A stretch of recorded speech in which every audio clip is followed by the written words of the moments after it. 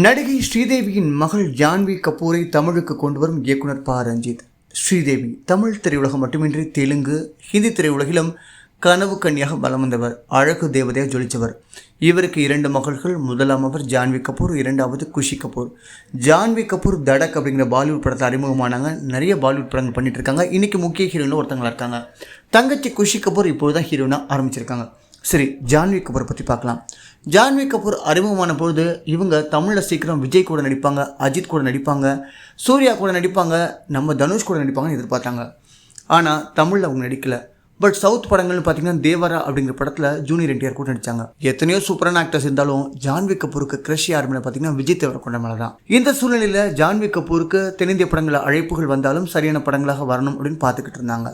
ஜான்வி கபூரை தற்போது தமிழ் அறிமுகம் செய்ய போறாரு ப. ரஞ்சித். ஒரு புதிய வெப்சீரிஸ் உருவாக போதான்.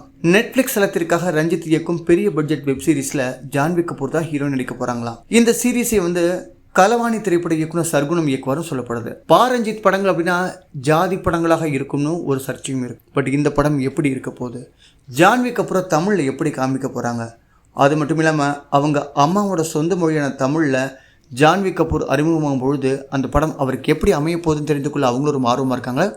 இந்த படம் குறித்த மேலும் தகவல்கள் மிக விரைவில் நீங்கள் தெரிந்து கொள்ளலாம். அதுக்கு நீங்கள் என்ன பண்ணணும், நம்ம பேன் இண்டியா நியூஸ் சேனலை சப்ஸ்கிரைப் பண்ணுங்கள். தொடர்ந்து வீடியோக்கள் பார்த்து தெரிஞ்சுக்கோங்க.